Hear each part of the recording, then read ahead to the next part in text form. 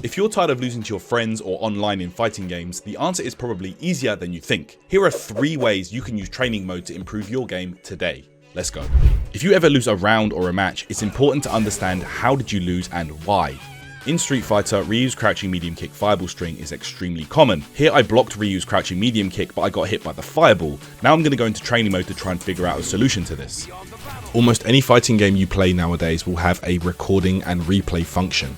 This means you can record a character to play a sequence in training mode, and then figure out how to use your character's tools to beat that sequence. One useful trick I can mention is that if you make the character neutral jump before the sequence, you know exactly when the character is going to attack and the spacing. Here you can experiment with your character's options, and as you can see, I found some useful tools Jury does have in this situation that help me catch Ryu in this scenario. This is just one example of how the recording and replay function can really help you prepare for those situations should they arise again. When people think of training mode, they immediately think of combo practice and execution. So here's a couple of tips to get you started on that. If you've ever lost a match and you realize that it could be your execution that's letting you down, learning how to link your combos effectively is very important. When trying to work on this though, a lot of modern fighting games can make this quite confusing. If this is something you're working on, I would highly recommend going to the guard settings in the training mode options and changing it to after first attack. This means that anytime you mess up your combo, the dummy will block rather than registering a hit. This makes a lot more sense visually, and it will really help you get those timings down.